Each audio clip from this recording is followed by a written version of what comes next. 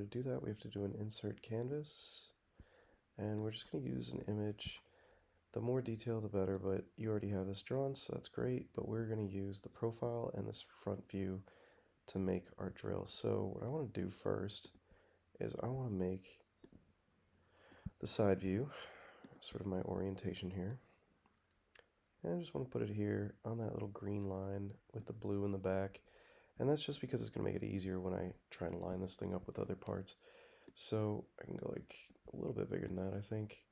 But you can always scale this down from the sculpture that you make, so don't stress out if you get the size too terribly off.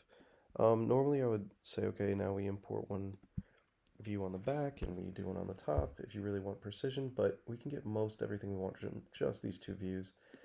But we do need to make an offset plane at the end of this drill, otherwise it's going to be kind of messy to try and get that front profile. So now I have that other plane that I just made, and I'm going to draw, or rather I'm going to insert a canvas that has that image on it. So I'm going to go right here, I'm going to scale it up, and I'm going to line it up. So again, we're going to come right there, put it in the center, dead center is best, then come over here, and sure enough it's too big, and so we're just going to scale it down a little bit, move it so it's like about the right height, that looks good, and then come over here and make sure that it's on the center line, right about there is good, and we'll click OK. And so when we rotate around, sure enough, it's like, yeah, it's pretty close. So what I would recommend, personally, is I would say there's two ways you could do this. You could make this organic shape using the form tool. We could start there. Easy enough, just to get that done. I'm going to leave off this handle for the hammer drill. I don't need. But then we're going to make a series of just extrusions for this base part. So we're going to go into this tool first, just to make this like more complex shape. And we're going to start with just a simple cube. We want to be in this view here. That way we can make that. And it made a gigantic thing. We want to make it not so gigantic. And we want this to go, probably about there's fine for now, because we're just going to move it. So we have this, we're going to modify it, move it down right here. And then we're going to use the modify tool, and if you want, you can like make it, slanted, or if you left click drag, it'll get more specific, and you can just grab only the lines. And if you want to just manipulate a point or just a line, you can just grab a line or just a point itself, just like that. Or if you want to make it like bloated, like you can go over here, and there's this tool which makes things stretch in or stretch out, which can be really useful, especially if you're making like the landing pad of this drill, for example. So we got that. That's pretty decent, but I do want to take this entire thing and I do want to move it. I want to move it this. No, not like that though. I want to take this whole thing and I want to move it, but I might have to do that when we get back into the body. So for right now, this is looking okay. Just gonna move it down for sure. I'm gonna use this arrow to move it over because I want this to be, again, dead center here. Yeah, it's looking okay.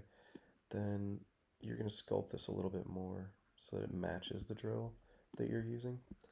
You can make continuous shapes, but I don't recommend that for the beginning because it's kind of like not what you're, like it's just not necessary for the step. What I would do is, just make long enough pieces that overlap. It's going to be much easier. Like, I know, for example, we have this bend here, so I need a line here, I need a line there. For the trigger, I would actually recommend using, like, not necessarily this moment to do it. Like, you wouldn't want to build that directly onto the surface. It would be really complicated and kind of unnecessary. So you go into Modify, and right off the bat, you see how it selects both of these bodies? It's going to kind of be a mess. So get rid of the first one. You know where it is anyways. You're trying to match this photo. Move this over so that it's like in the right position for this. And then just try and make it an approximation of what it is that you're going for, okay? Like this looks too thin, so you might want to just You know, say, okay, it's right here, close to the center, but you want it like right on the center. So zoom in, move it so it's right on the center. Then, you know, grab this whole thing. This will allow you to scale it up or down. And then over here, you can always grab like one side and you can move it so it gets wider. This I would want to see the other body just to like double check that it kind of matches. Just for a second. It's all about going back and forth and kind of like making sure everything works. And then, yeah, that's looking pretty good. Yeah, that's looking okay. And you'll just get out of there. And then you want to like, where these things are pitched, or pinched rather, you want to do a left selection click because it's only going to select the things that you kind of drag over. And then you can, you know, use a little view cube here and you can select that point right there. And you can add really nice key features like when this gets narrower, for example, you can make it get narrower, and that's going to help a lot. And if it's moved up a little bit like that, it's going to look a lot more like that form. That's going to help a lot too. You click OK. And now you want to add this piece. So that is just as easy as that one. We have that piece. We click OK. We hide these so we don't get all messed up. Take this thing and yeah, start using the modify tool. So I know, for example, I'm going to want this to go like in, but also pitched, so it looks more like that button. Then I want to take the whole thing and move it like right there. You can get as precise as you want. I would say the other part of this is that if you go for like the stuff that really matters, that's going to be things like, you know, it's a trigger, so trigger buttons typically they go in a little bit, but keep in mind you're making this out of a very small soap, so don't go with features anything less than about like 1.5 millimeters. It's never going to show up. It just can't. Like there's no world in which it can like do what you want it to do in that case. It's just too small. You'd have to make a much larger object. Or put that there just because it's like getting hidden by that body because I didn't perfectly align that, but go like that. That's looking pretty good. Yeah, so that's like the base, and then the next piece that's more organic would be like this piece right here, the Honda, like whatever that shape is. And I would recommend again using just like a simple rectangle. Give me that, that's fine. And then, yeah, that's probably good. Okay, and then I'll just go in and modify the whole thing. Where did it disappear to though? Oh, fun. Okay, so it disappeared over here. We'll just move them. Use that. Okay. I'm going to go top down and just make sure that I have this thing placed. So we'll go over here, and again, we want to use that alignment. And then I'm just going to say, you know, you're over here, and this thing over here. And make it like that, and then I just want to rotate, make sure it's in the right position. So that's pretty good. I'm going to hide the rest of these. This is the body I need, so I'm going to hide these. That way I can drag this thing up. There it is. And then I'll unhide these so I know the positioning is right. So that's looking okay. I'll just move it over here. And then I can modify that little piece right there. And yeah. Yep, just like that. So that's pretty close.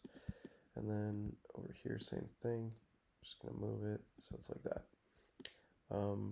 Yeah, so you end up with like pretty clear, you know, it's almost a drill, got it. And then you hit clear, you know, form. And now we want to draw right here. We basically want to make a plane so that we can make all of these pieces. So we're going to start with this construction plane. I'm going to go from here. I'm going to go back and then just look at it from the side to make sure that I'm where I need to be. And sure enough, I missed it. So I'll put it right there, somewhere in that line, because I want these pieces to look like they're coming out of there. And I will draw right there. So I'm going to create a sketch, and then I just follow this. If you look, you have 1 ring, 2 ring, 3 ring at least, and then you have the chuck right here. But I'm just going to make a simple, you know, this is the first ring. And too big. Great. So already messed up now. We can just go in and edit that. It's not a big deal. See? Just like that. And what I want to do is I want to drag that out so I get this first piece. And that's as easy as saying like, hey, this circle, we're going to go here. And you could cut it out. I don't recommend it. I actually recommend making it a new body. I like to keep all of these new bodies because then I can fill it, I can change them, I can do whatever I need to. So you got that. It's pretty good. Actually, let's scoot that back just a little bit so I can get that gap. Okay, cool. The next one, I'm going to draw right on that surface. That way they're linked and they line up and all that. So in this one, I'll also make a center point. This time, I know that it's like that little gap piece in between. So I can go from here. Let's go 1 millimeter. Anything less than that's not really going to like show up. This one I will join with that because it's only going to join to that one piece. And that'll keep these as like solid. This next one, we will make it roughly the same size because it does have like a taper at the end. So we'll finish that sketch. So yeah, this is going to be a little trickier because this one should go out to here. And then, oh, okay, maybe I do want to make that a lot bigger actually because I do want to taper it. You might want to do this as a loft actually, or an extrusion that has a taper angle. That's what I'm going to show you right now. So when you extrude, you have options. Like obviously it's giving me plenty right here. But when I extrude, normally you're used to just a straight extrusion like that. But there's this thing called taper angle. And taper angle, if you go negative, goes in like that. So I went -5 because it looked about that and it's about right. And you just say, yep, that's it. And so you get this taper, which is really helpful for a drill. And then, you know, the next one is going to be drawn on there, another circle, and it wants to orient right away. And so I put the circle right there, and don't worry if it's not the right size, because again, you saw you can just change it. And sure enough, it is not the right size, so we will just change it like there-ish, yeah. And then we do an extrusion, because that one is straight. It does have like a chamfer at the end, so we'll do that.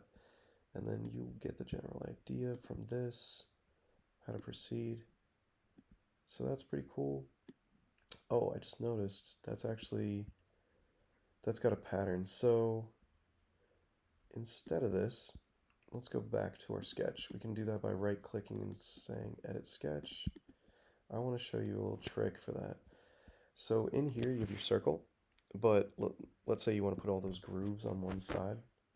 Easiest way to do that is going to be to come in here and use like a rectangle and just to make a really small little square that's like overlapping with that circle. See that tiny little square? Okay.